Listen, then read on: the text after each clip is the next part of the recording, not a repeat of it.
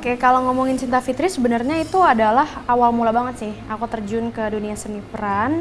Waktu itu pertama kali itu lewat iklan deterjen. Fun fact, aku pertama kali iklan itu sama Randy Martin. Dan ya sekarang udah gede kan ketemu lagi gitu. Cuman dulu pas masih kecil ya kita seperjuangan dan berawal dari situ akhirnya aku di casting lah untuk si Cinta Fitri itu. Jadi itu bisa dibilang awal mula karir di entertainment sih di Cinta Fitri. Karena aku juga sekarang masih terhitungnya muda ya. Aku tuh baru 22 tahun, baru mau ulang tahun. Jadi pada saat itu emang masih kecil banget. Aku masih 4 tahun lebih lah.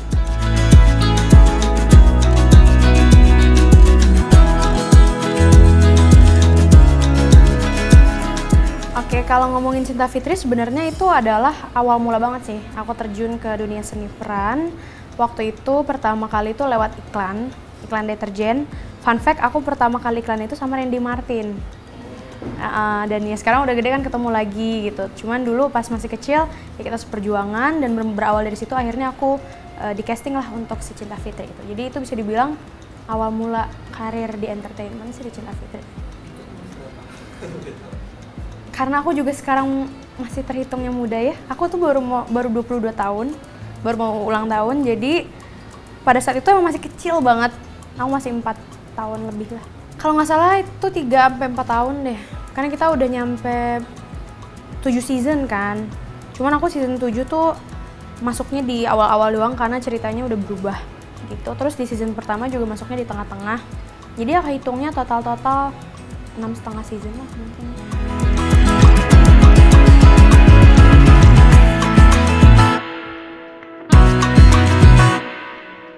Kalau jadi entertainer in general ada banget, mungkin karena aku tuh anaknya senang tampil gitu Kak. Jadi dari kecil aku udah emang bisa ngomong ke orang tua, "Ma, aku tuh pengen ikutan lomba deh," gitu. Aku pengen perform, aku senang tampil di depan umum dan kebetulan bakat itu dikembangin sama orang tua aku, jadi aku emang diasah. Jadi dari kecil tuh aku udah ikut les nyanyi, kalau les acting baru pas udah gede, cuman les nyanyi, terus les alat musik.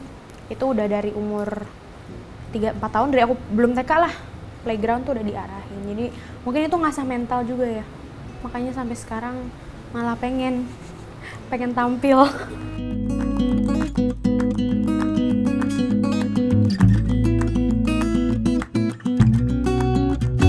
Kalau lomba-lomba yang kayak dari mall ke mall itu sering banget. Dulu kayaknya sekitar ada 100 lebih deh piala pas aku kecil. Itu juara? Ya alhamdulillah juara, tapi beragam kan, maksudnya ada juara dari harapan 3 sampai juara 1 ada gitu. Cuman pas udah makin gede, emang waktu itu sempat beberapa kali pengen ikut ajang pencarian bakat yang di TV-TV gitu. Cuman karena waktu itu aku masih sekolah dan mama lumayan concern sih, kayak bahkan ketika aku syuting pun aku tetap sekolah formal kan. Jadi maunya pas aku nyanyi juga kalau bisa homeschooling minimal banget SMA, dan itu akhirnya terjadi tuh, homeschooling lah di SMA. Cuma itu pernah sih sekali ikut ajang di Trans TV namanya Everybody Superstar, tapi itu seasonnya pendek banget lah. Nah itu juga aku juara 2 apa juara 3 gitu. Itu umur 14 tahun. Sampai sekarang disimpan, piala piagamnya masih ada. Cuman udah nggak dipajang semua gitu loh. Beberapa ada di dalam kardus. Tapi ya kenang-kenangan lah.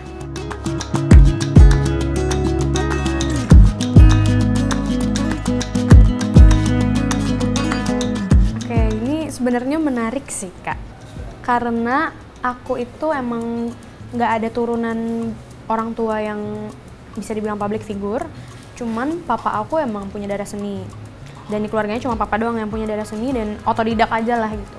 Akhirnya diturunin ke aku, dan pada saat itu pertama kali orang tua aku sadar aku punya bakat bermusik, karena dari umur 2 tahun, kalau nggak salah ya, aku tuh udah bisa nyanyi dan nggak fales gitu. Kayak misalnya ada iklan di jalan gitu, terus aku niruin suara iklannya. Jadi itu di usia yang masih kecil banget. Mereka udah mulai notice, terus di usia 7-8 tahun, aku tuh beberapa kali ikut lomba bikin puisi dan lomba nulis. Terus aku menang gitu, jadi murid berprestasi di bidang bahasa Indonesia. Nah di situ akhirnya jadi kesinambungan tuh dari segi bikin lagu sama dari nyanyinya. Jadi makanya aku bermusik sebenarnya bukan cuma senang nyanyi, tapi aku juga emang udah ada potensi buat senang bikin lagu dari kecil.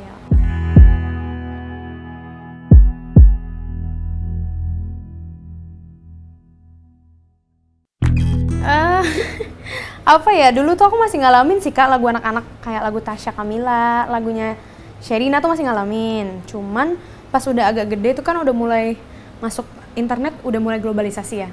Jadi aku suka banget dengerin tuh dulu Taylor Swift, Justin Bieber tuh udah masuk pas aku SD. Terus sempat suka sama Ariana juga pas udah agak-agak kelas 6. Oh, Tori Kelly, dulu yang bener-bener bikin pengen belajar les nyanyi tuh Tori Kelly. Tapi yang sangat-sangat menginspirasi dan bisa dibilang sampai sekarang juga masih jadi kiblat dalam penulisan lagu itu Taylor Swift sih. Jadi dari SD sampai sekarang konsisten masih ngefans.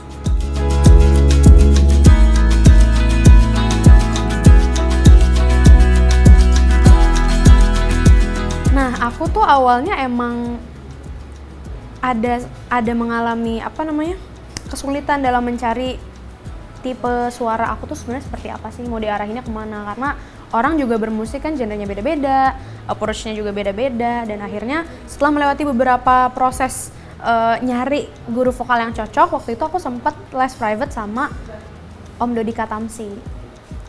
Kan dia legend banget tuh, ya kan. Terus di situ dia sempat mengarahkan aku ke R&B juga, karena dia bilang aku potensial, tapi dia tidak menutup potensi aku di ballad juga gitu. Cuman waktu itu dia yang bener-bener nge-encourage kayak, oh kamu tuh bisa loh nyanyi kayak Tori Kelly. Cuman ya sekarang nggak terlalu aku pergunakan sih, karena eventually aku masuknya ke ballad. Tapi kalau masalah ngefans, menurut aku dia masih luar biasa. Kalau Tori aku mempelajari teknik-tekniknya dia, terus mungkin musikalitas dia. Nah kalau Taylor, aku paham sih kenapa banyak orang yang mungkin nggak terlalu masuk sama musiknya dia gitu. Ada beberapa yang merasa musik dia on off. Tapi kalau buat aku, yang mahal dari Taylor itu adalah autentikasinya dia gitu loh. Kayak dia autentik banget bikin karya yang personal, yang mungkin saking personalnya aku nggak bisa dengerin lagu lain yang ceritanya sama persis sama cerita di lagunya Taylor.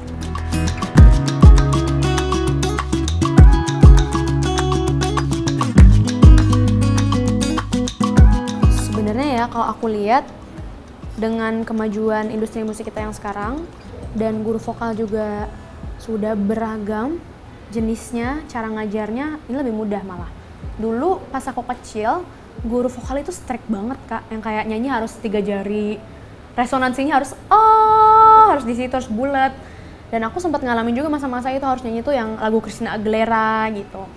Nah, sementara setelah udah bermunculan juga genre-genre baru yang kayak indie, folk, mereka kayak lebih fleksibel aja sih. Bahkan sekarang udah nggak ada standar kan suara yang bagus dan layak buat menang ajang-ajang, kita nggak tahu gitu. Bahkan ada orang yang genre musiknya folk bisa menang ajang pencarian bakat dan dia nggak teriak-teriak gitu.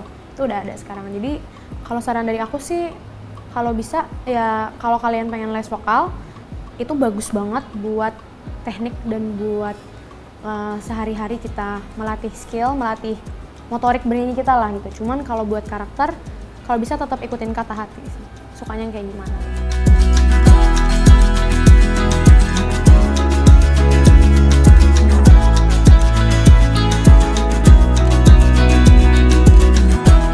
Nah, ini juga pertanyaan yang menarik banget. Terima kasih karena aku merasa apalagi di zaman sekarang musisi itu bisa punya banyak personality banget, dan aku rasa juga sah-sah aja buat kita always rebirth dan rebranding. Nah kebetulan di lagu Si Perkasa ini memang bisa dibilang lembaran pertama lah dari cerita aku dan kisah aku, juga approach aku sebagai singer-songwriter yang emang bener-bener aku nulis dengan gaya aku lah, style yang aku pengen. Dari segi musik aku juga selalu bingung ngejelasin sebenarnya Ashira tuh cara nulisnya gimana sih, terus cara dia nyanyi tuh gimana sih, musiknya dia genrenya apa, karena dibilang folk enggak, dibilang ballad juga enggak, indie juga enggak, komersil banget juga enggak. Nah jadi aku selalu bilang genre aku tuh DTT, di tengah-tengah. Jadi udah genrenya Ashira aja gitu, karena as a person juga aku ngerasa aku sangat in the middle banget gitu, nggak terlalu kiri tapi nggak terlalu kanan. Jadi Si Perkasa lumayan bisa menjelaskan sih seperti apa DTT itu berbunyi.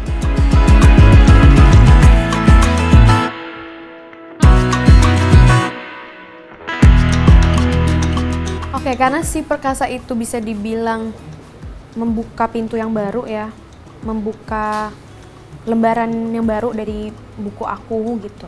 Karena buku-buku yang lama mungkin udah beda genre gitu kan. Nah sekarang aku merasa si perkasa ini menjadi menarik karena aku menguatkan di lirik sebenarnya. Banyak produser yang udah pernah kerja sama aku, mereka bilang kalau aku nulis lagu bahasa Indonesia itu aku punya beberapa diksi dan mungkin penyampaian yang bisa dibilang nggak terlalu literal, nggak terlalu to the point, cuman ya jadi masih ada sedikit-sedikit kiasan dan bahasa-bahasa yang lumayan sastrawi, cuman orang masih bisa ngerti, jadi nggak kiri banget. Jadi mungkin itu sih yang bikin si perkasa ini jadi menarik, dan awal mulanya aku bikin karakter yang seperti ini ya dari si perkasa. Itu kata pertama yang muncul langsung, kau si perkasa. Oh itu bagus tuh jadi lirik awal, kan kalau awal tuh harus ngehook kan. Jadi aku mikir kayak lirik awalnya asik nih, kau si perkasa. Terus lanjutannya baru ada lara apa hari ini.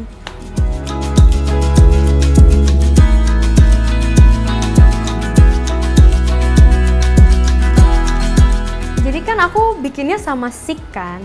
Sik itu tergabung dari Josh Kunze, Marco Stefanio, sama Kak Jessie Mates. Itu bertiga. Sebenarnya ada Kak Kitut juga tapi waktu itu dia nggak ikut. Dan kita tuh basically ngobrol aja sih. Kayak ini yang seru dari bermusik mungkin yang nggak bisa aku dapetin. Aku nggak tahu yang sejauh ini belum pernah aku rasain di acting. Karena aku benar-benar bisa nge-build dari nol. Aku bisa mengalihwahanakan perasaan aku, curhatan aku tuh jadi bentuk nada dan juga lirik gitu. Nah waktu itu aku sempat curhat tentang laki-laki. Sebenarnya ini tuh lagu tentang maskulinitas kak.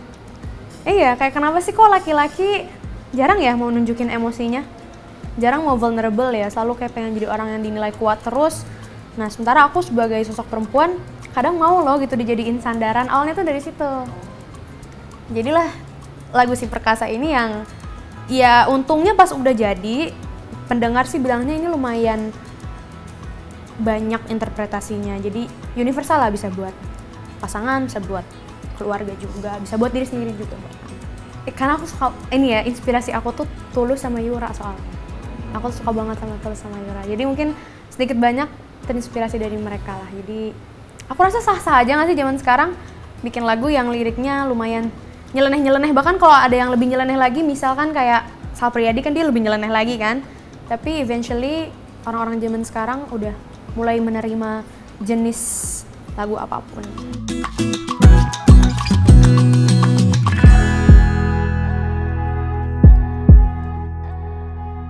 Sebenarnya itu cepat banget ya kalau si perkasa tuh kayaknya berapa ya? Pokoknya tuh ngalir aja. Kalau dari verse 1 sampai chorus 10 menit kali, 20 menit. Iya, pokoknya langsung kepikiran kau si perkasa adalah apa hari ini. Terus aku mikir, hal apa ya yang terasosiasi dengan kata perkasa? Oh, gagah. Jadi aku langsung dari gagah, yang paling gagah hadapi gilanya dunia. Langsung nyambungnya ke situ. Itu kalau lagi encer kak, kalau lagi mandek mas 10 bulan juga nggak jadi. Percayalah. Enggak, sumpah, itu benar-benar lagi di ruangan studio workshopnya Kak Marco, di rumahnya Kak Marco. Jadi benar-benar emang kita bikin yuk gitu. Terus aku ngobrol-ngobrol dan udah dapat kan tema. Oh berarti ngambil temanya tentang vulnerability-nya laki-laki ya gitu, tentang maskulinitas mereka yang mereka pertanyakan, kalau misalnya gue nggak kelihatan perkasa apa boleh gitu kan, gue laki-laki gitu. Awalnya tuh dari situ, akhirnya bikin kak ini kayak bisa kak jadi lagu romantis kak, tapi romantisnya yang nggak perlu cinta-cintaan gitu. Karena menurut aku kita sebagai perempuan gitu menawarkan sini cerita sama aku itu udah lebih dari romantis. Makanya itu jadi kalau cerita dikit boleh ya, itu sebenarnya jadi diaplikasikan di artworknya juga. Oh ya, kunci. Kunci sama pakai anting gembok hari ini. Kunci sama gembok, dan kuncinya itu kan ada lambang femininity-nya. Sebenarnya itu ada maknanya juga, karena secara morfologis kan sebenarnya laki-laki itu adalah kunci kan. Dia yang selalu memberi, yang selalu menjadi sosok yang lebih dominan gitu. Nah di sini perempuan yang ngebuka kuncinya. Gitu. Jadi so the femininity can also unlock the femininity in men. The femininity in women can also unlock the femininity in men. Karena from fun fact, aku rasa perempuan sama laki-laki tuh dua-duanya punya sisi itu gitu. Di perempuan pasti ada masculinity, di laki-laki pasti ada femininity. Jadi itu sih yang bikin, lo kalaupun lo laki, tapi lo nangis gak apa-apa kok. Gak berarti lo feminin. Dan kalau gue jadi sosok yang perkasa, bukan berarti gue masculine, karena we're all humans.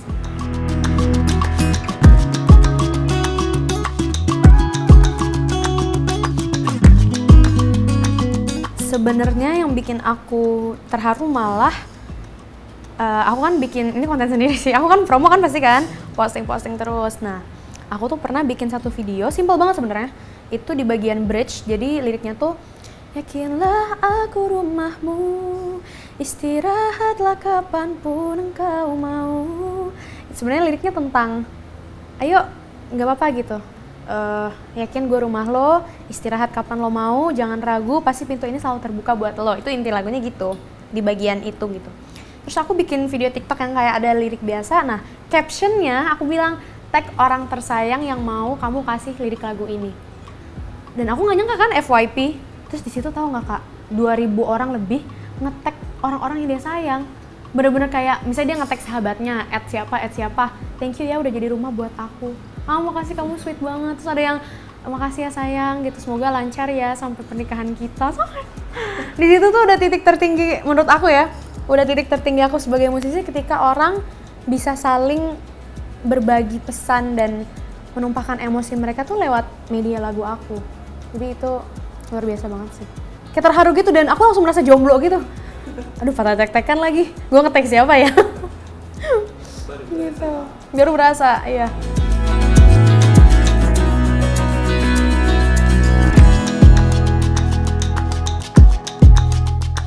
Boleh banget dong. Kalau si Perkasa itu sebenarnya lebih ke empowering, lagu yang empowering dan mungkin ada sedikit sisi feminismenya juga gitu kan. Feminism bukan ke orang lain doang tapi ke diri sendiri. Kalau Raja dan Ratu ini malah kebalikannya. Ini sangat-sangat menunjukkan sisi normal dan wajarnya perempuan yang suka halu. Makanya aku ada hashtag stay delulu, kan sekarang ada tuh istilah cewek delulu, delusional gitu, cewek yang halu. Karena sebenarnya lagu ini berdasarkan kisah pribadi aku di tahun 2018 ketika aku ketemu sama satu laki-laki, baru 5 menit ngobrol, aku udah kayak, gue jatuh hati sama lu. Kayak baru 5 menit, aku tuh langsung chat temen aku, kayak gue naksir deh. Ini kalau misalnya kita nikah kayaknya kita lucu deh, gitu loh. Dan itu baru 5 menit. Yang terinspirasi dari situ, Ana jadilah satu bagian verse 1, terus jadilah chorus. Habis itu lagunya udah nggak pernah aku sentuh lagi bertahun-tahun. Nah, pas tahun lalu aku dapat kesempatan workshop sama Kak Petra Sihombing, terus aku dengerin lagu itu. Aku bilang, Kak, ini gue ada lagu nih belum selesai. Lo mau nggak ya bantuin sampai selesai? Ya udah boleh, ini aja. Akhirnya jadi selesai. Iya kan itu emang menurut aku ini lebih personal lagi ya. Kayak si Perkasa mungkin cocok buat orang-orang yang lagi capek hidup, karena kita semua capek. Tapi buat cewek-cewek yang hobi jatuh cinta, hobi ngehalu, dan bahkan ada loh orang yang belum pernah ngobrol pun udah ngehalu gitu, ada gitu pada kenyataannya. Aku sih pengen nge-embrace itu sih, pengen meromantisasi kehidupan anak-anak sekarang yang mudah jatuh hati gitu.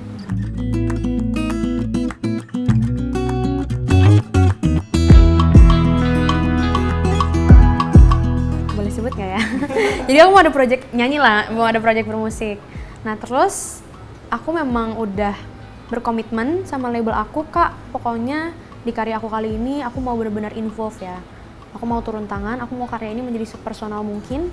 Walaupun aku workshop sama produser atau komposer lain, ini tetap garis besarnya harus ada di kisah hidup aku. Jadi ya mungkin karena idol aku Taylor Swift, Nicki, ya kan, Olivia Rodrigo, Tori Kelly kan mereka kalau bikin lagu personal.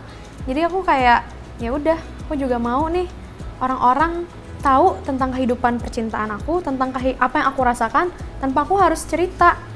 Aduh gue cewek halu, ya orang denger lagu aku aja udah tahu gitu.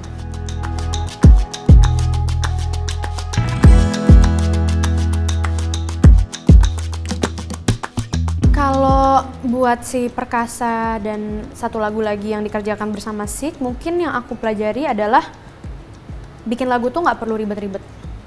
Bikin lagu tuh nggak harus grande, karena teman-teman dari kakak-kakak dari SIK itu sangat mengapresiasi kesederhanaan aku dalam menciptakan nada dan juga lirik-lirik yang sedikit nyentil tapi tetap sederhana gitu. Mungkin kalau dari SIK itu yang bisa aku apresiasi dan aku pelajari. Tapi kalau dari Kak Petra itu orangnya unik banget menurut aku ya. Dia kalau bikin lagu dia punya 1001 ide dan dia selalu pengen lagu yang dia ciptakan atau dia arrange atau dia compose itu menjadi satu karya yang personal dan autentik gitu, orisinil banget. Dia tuh nggak mau menggunakan pola yang repetitif kalau Kak Petra. Jadi untuk sound, ambience, notasi, lirik gitu, entah salah satu dari aspek itu atau bahkan semuanya berkesinambungan pun pasti dia maunya bikinnya ini karakternya harus lo banget. Oh Shira tuh secara personal orangnya gini ya, makanya dia banyak ngobrol kan, orangnya gini ya, dia suka musiknya gini, dia dandanannya begini, dia persona di sosial media gini, oh yaudah berarti gue bakal bikin musik yang vibes-nya gini buat dia. Jadi dia personalize banget, gitu sih.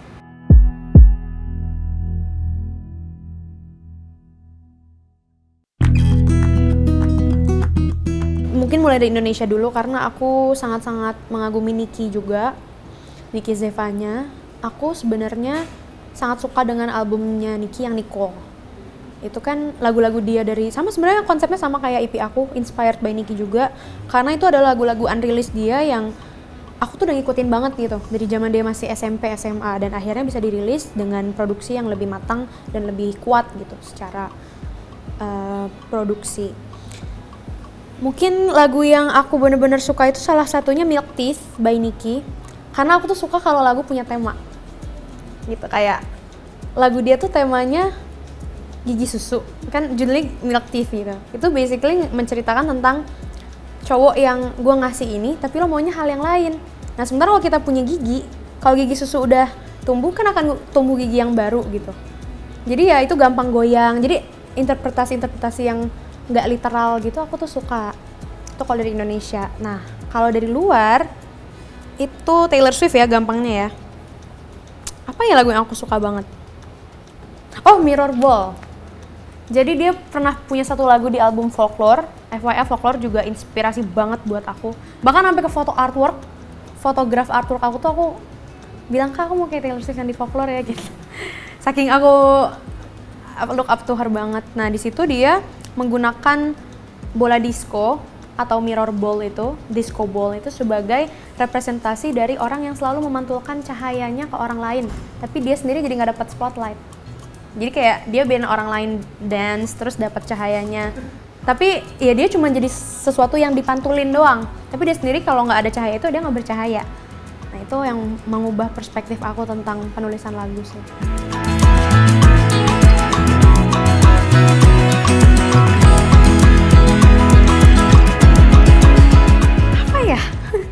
Bingung lagi. Masih di nulis lagu sebenarnya, tapi aku pengen banget rilis lagu bahasa Inggris. Karena udah ada beberapa draft dan bahkan di Instagram aku pun ada. Balik lagi lagunya sangat personal. Karena ada alasannya. Karena aku merasa bikin lagu bahasa Inggris itu bisa lebih detail. Kayak kalau aku bikin lagu bahasa Indonesia, aku kurang cocok dengan pendekatan yang terlalu naratif. Yang kayak misalnya bangun pagi jam 7 aku pergi bersamamu di kota Yogyakarta, itu aku nggak bisa, itu bukan karakter aku.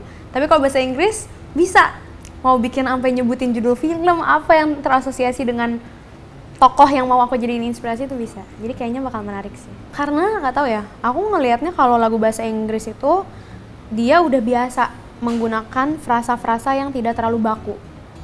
Kayak kita dengar kata I hate you atau I love you di lagu bahasa Inggris aja biasa aja gitu. Cuman kalau aku benci kamu di bahasa Indonesiain kan mungkin itu akan terdengar terlalu gamblang, terlalu basic.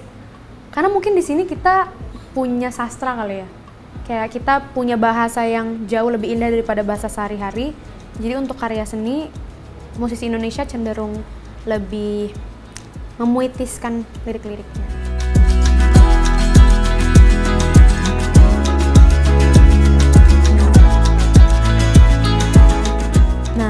Kalau di nyanyi aku bisa crafting dari nol dan bisa suka-suka aku, kalau di acting, aku merasa yang paling enak dari acting itu adalah ketika kita bisa menjadi banyak tokoh dalam universe yang sama.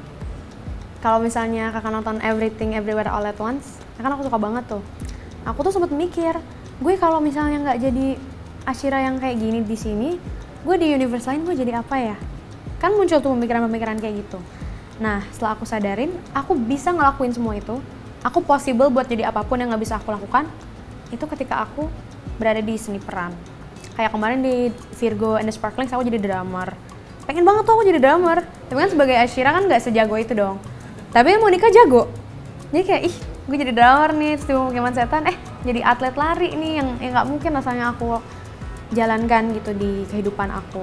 Itu pertama. Dan yang kedua mungkin proses pertukaran emosi kali ya. Kayak kita sebagai manusia biasa kan kadang harus pakai topeng gitu, kita nggak bisa menuangkan, kayak kita mau menuangkan perasaan kita tuh lewat apa ya, makanya aku jadinya bikin lagu terus, nyanyi. Cuman kan bosen juga kalau galau terus atau happy terus gitu. Jadi emosi yang punya tuh kayak nggak tersalurkan dengan baik, nggak ada wadahnya. Tapi kalau di acting ya kita bisa bisa expand gede-gedean. Kayak di Minor Girl 3 terakhir, aku tuh ada satu scene yang dimana aku bener-bener marah yang sampai teriak-teriak. Itu di dunia nyata aku nggak pernah bisa kayak gitu. Karena kan ada yang aku jaga, ada moralitas, ada attitude, terus ada kepribadian yang kayaknya ini bukan Ashira banget nih marah-marah teriak. Tapi kalau aku acting jadi orang, kalau emang orang itu arogan, bisa jadi aku seperti itu tanpa harus menjadi arogan beneran.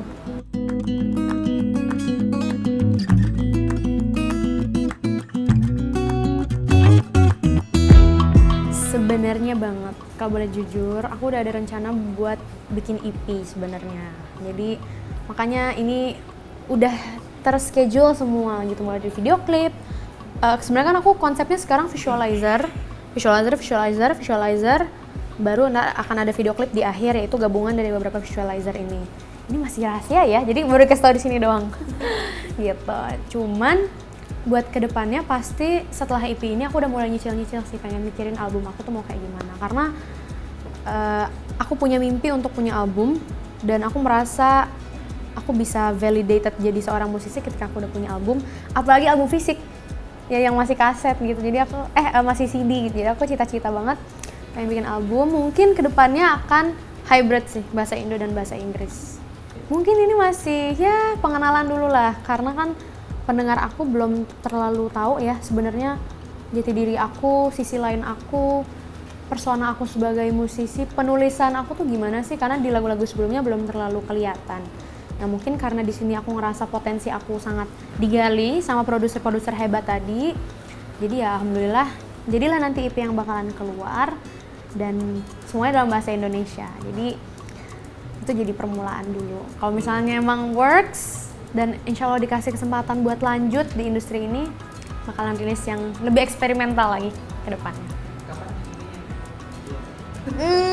Jujur belum tahu. Karena sekarang kan kalau label pasti mengencourage-nya single-single dulu kan. Ntar kalau udah jadi mungkin baru digabungin ke EP. Jadi aku juga mengikuti jadwal acting. Soalnya ini masih ada 3 upcoming project acting yang belum tayang. Ada horor satu horor, film 2 series misteri. Jadi ya udah. Dengan horor dan misteri. Kenapa ya? Muka aku mencurigakan kali ya? Gak cocok main film drama romance kayaknya. Iya lagi, soalnya katanya muka aku suspicious. Kayak gitu. Sas mukanya, iya.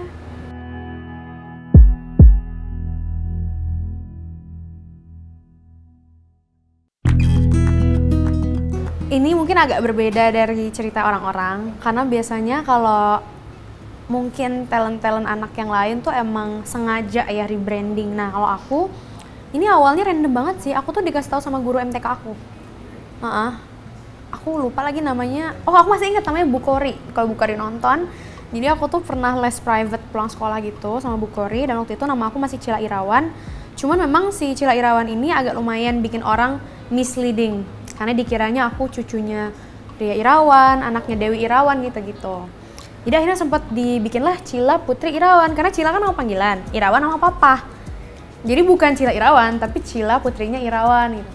Tapi kan orang tetap masih mislead terus tuh, dan mungkin si karakter Nadine di Cinta Fitri ini masih lekat banget.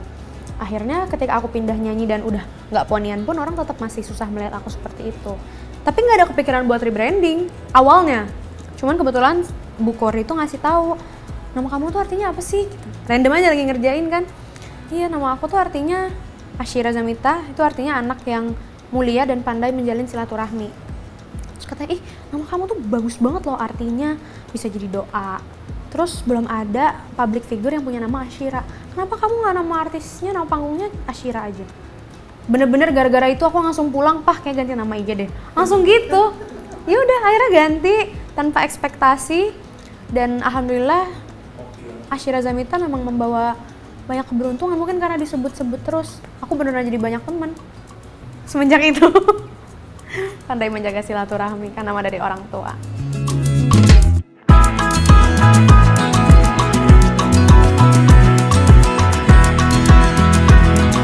Masih lagi, sorry banget ya, masih. Alasannya pertama aku, ini malu nggak sih? Aku suka banget warna kuning, aku suka Minion, aku suka SpongeBob, aku suka bunga matahari, itu pertama. Jadi buah favorit aku pisang. Terus buah pisang itu emang bagus buat stamina kan, energi kalau di panggung. Karena kalau makan sebelum manggung biasanya aku enak jadinya kayak aduh kencang banget perutnya, jadi ya udah makan pisang. Kalau kencur itu aku terinspirasi dari idola aku Teh Yura. Ya kan, aku pernah nonton videonya Teh Yura makan kencur. Terus katanya emang bisa melegakan pita suara, tenggorokan. Ya udah akhirnya aku coba makan dan works lagi. Si sari-sarinya itu bikin lendir-lendirnya jadi luruh. Ya udah akhirnya sekarang mentah. Dikunyah. Mungkin karena aku orang Sunda kali ya. Mama aku kan Sunda. Papaku Sumatera. Jadi udah biasa dengan rempah-rempah.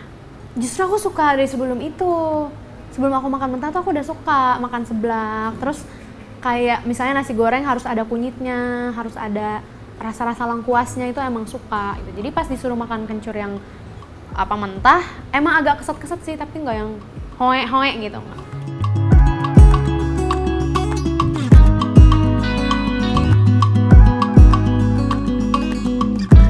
Beda Kak, karena kalau Kecelakaan Hati itu emang kisah nyata real, orangnya masih sahabatan sama aku sampai sekarang.